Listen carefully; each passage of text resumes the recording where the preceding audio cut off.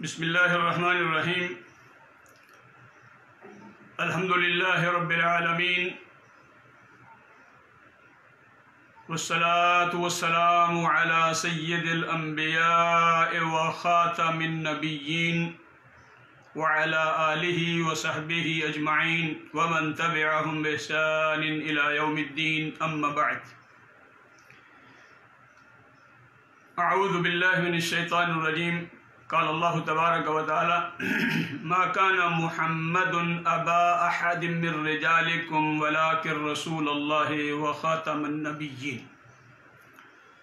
وقال النبی صلی اللہ علیہ وسلم انا خاتم النبیین لا نبی بعدی۔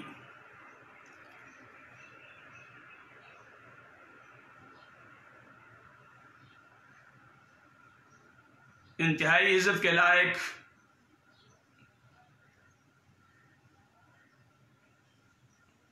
مسلمانان پاکستان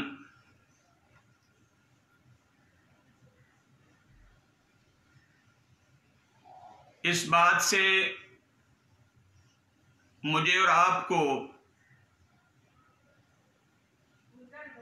ہمیشہ آگاہ رہنا ہے،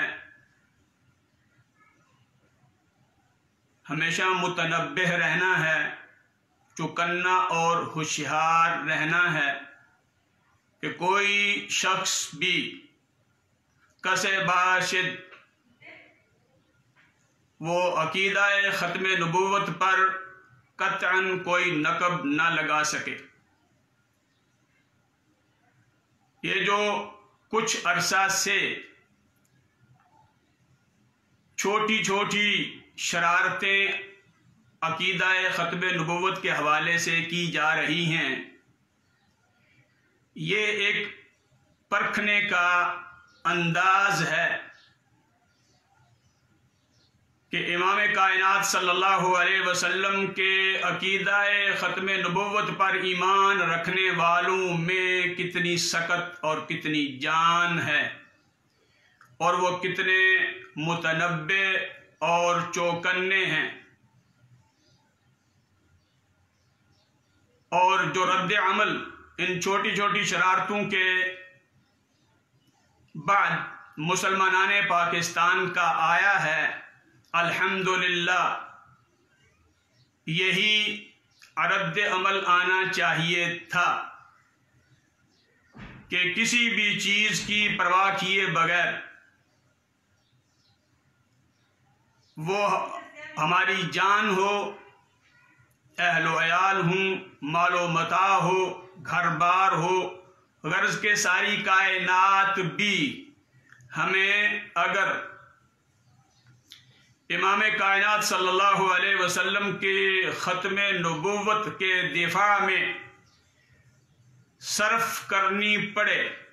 لوٹا دینی پڑے، تو یہ سودا بڑا ہی سستا ہے۔ اس سے بڑی خوش نصیبی اور ہو نہیں سکتی، کیونکہ دونوں جہانوں کی خوش نصیبی، کامیابی اور انسان کے شرف والی بات وہ عقیدہ ختم نبوت پر ایمان اور اس کے بعد اس کا دفاع، اور اس کے ساتھ ساتھ لوگوں کو اس عقیدے کی طرف دعوت دینا ہے۔ اور اس بات سے کسی بھی شخص کو یہ نہیں سمجھنا چاہیے کہ میں چونکہ اس وقت اقتدار میں ہوں تو ختم نبوت کے حوالے سے جو چاہوں سو کر لوں، مجھے کوئی روک ٹوک نہیں سکتا، تو یہ ایسے شخص کی خام خیالی ہے۔ ہم بحیثیت مسلم، ہم بحیثیت امت محمدی علی صاحبہ والصلاۃ والسلام، اور ہم بحیثیت نبی مکرم خاتم النبیین جناب محمد الرسول اللہ صلی اللہ علیہ وسلم سے محبت رکھنے کے، ہم اپنی ساری کائنات کو آپ صلی اللہ علیہ وسلم کے اشارہ ابرو پہ قربان کرنے کے لیے، لٹانے کے لیے تیار ہیں۔ اور کوئی مت سمجھے کہ میں عقیدہ ختم نبوت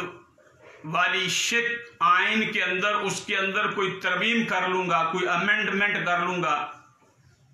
یا اس سے چھیڑ چھاڑ کر کے میں صحیح سلامت اپنے اقتدار کے ایام کو پورا کر لوں گا، تو ایسا ممکن نہیں ہے، کیونکہ جان انسان کی ایک ہی دفعہ اللہ سبحانہ و تعالیٰ کے سپرد ہونا ہے، 2 4 10 20 دفعہ نہیں۔ اور یہ جان جتنی نکمی ہے، جتنی حقیر ہے، اگر یہ اتنے بڑے مقصد کے لیے قربان ہو جائے تو یقین جانیں یہ اس انسان یا ان انسانوں یا ان اہل ایمان و اہل اسلام کی خوش بختی کی علامت ہے۔ تو اللہ رب العزت قرآن مجید میں ارشاد فرما کے اس بات کو بند کر دیا، ختم کر دیا کہ ما کان محمد ابا احد من رجالکم ولکن رسول اللہ وخاتم النبیین، کہ جناب محمد کریم صلی اللہ علیہ وسلم خاتم النبیین ہیں، ان کے بعد کوئی نبی قیامت تک نہیں آئے گا۔ اور آپ صلی اللہ علیہ وسلم کا یہ فرمان گرامی انا خاتم النبیین لا نبی بعدی، کہ میں نبیوں کا سب سے آخر میں آنے والا نبی ہوں، میرے بعد کوئی نبی نہیں آئے گا۔ قرآن کریم کی آیہ مبارکہ اور امام کائنات صلی اللہ علیہ وسلم کا یہ ارشاد عالی، یہ اس کے بعد کوئی اور کسی بات کی طرف دیکھا نہیں جا سکتا۔ اور جتنے بھی لوگ اللہ کے رسول صلی اللہ علیہ وسلم کی زندگی میں ہوں یا آپ کی زندگی کے بعد قیامت کی قیام ہونے تک جتنے بھی لوگ نبوت کا دعویٰ کریں گے وہ سارے کے سارے جھوٹے ہوں گے، دجال ہوں گے، کذاب ہوں گے، اور وہ اس کے علاوہ انہیں کسی اور لقب سے ملقب نہیں کیا جا سکتا کہ دجال ہیں، کذاب ہیں، جھوٹے ہیں، اور وہ دنیا والوں کے ساتھ دھوکہ دہی سے کام کر لینے والے ہیں، فراڈ کرنے والے ہیں۔ اور یہ بات ذہن میں رہنی چاہیے کہ قرآن مجید پہ مسلمانوں کا پختہ ایمان ہے، اللہ کی سچی کتاب ہے، اور امام کائنات کے جو ارشادات عالیہ ہیں ان پہ بھی مسلمانوں کا بڑا پختہ ایمان ہے کہ وہ بھی وحی ہیں۔ جب قرآن کریم نے وحی جلی اور امام کائنات پہ ارشاد عالی جو وحی خفی ہے، ان دونوں نے یہ بات واضح کر دی ہے کہ کوئی نبی نہیں آئے گا، اور جو آئے گا وہ جھوٹا اور دجال اور کذاب ہوگا، وہ نبی نہیں ہو سکتا۔ تو پھر پاکستان کے اندر اور بر صغیر کے اندر یہ جو مرزا غلام احمد قادیانی جس نے نبوت کا دعویٰ کیا اور وہ جھوٹا نبی ہے، اور اس کے پیچھے مقاصد کیا ہیں، کس نے اس کو لانچ کیا ہے اور اس کے کیا مقاصد ہیں، یہ اللہ بہتر جانتے ہیں۔ لیکن یہ بات یاد رکھیں، وہ مرزا غلام احمد قادیانی ہوں یا مسیلمہ کذاب جو آپ صلی اللہ علیہ وسلم کے دور میں جس کو سیدنا ابوبکر صدیق رضی اللہ عنہ کے دور خلافت میں جو ہے وہ وحشی، جس نے سیدنا حمزہ رضی اللہ عنہ کو حالت کفر میں سیدنا حمزہ رضی اللہ عنہ کو جنگ احد کے دوران شہید کیا تھا، وحشی نے، اس نے اس مسلمہ کذاب کو اپنے ہاتھوں سے قتل کیا۔ تو یہ نبوت بس نبی کریم جناب محمد صلی اللہ علیہ وسلم پہ بس ہے، تو بعد میں آنے والے جو ہیں وہ سب جھوٹے ہیں۔ تو اس لیے اس بات کو پاکستان کے مسلمان یہ بالکل اپنے دل و دماغ میں بالکل بڑی اچھی طرح وہ سمجھتے ہیں، اور اس کے خلاف ہونے والی کسی سازش کو وہ کامیاب نہیں ہونے دیں گے۔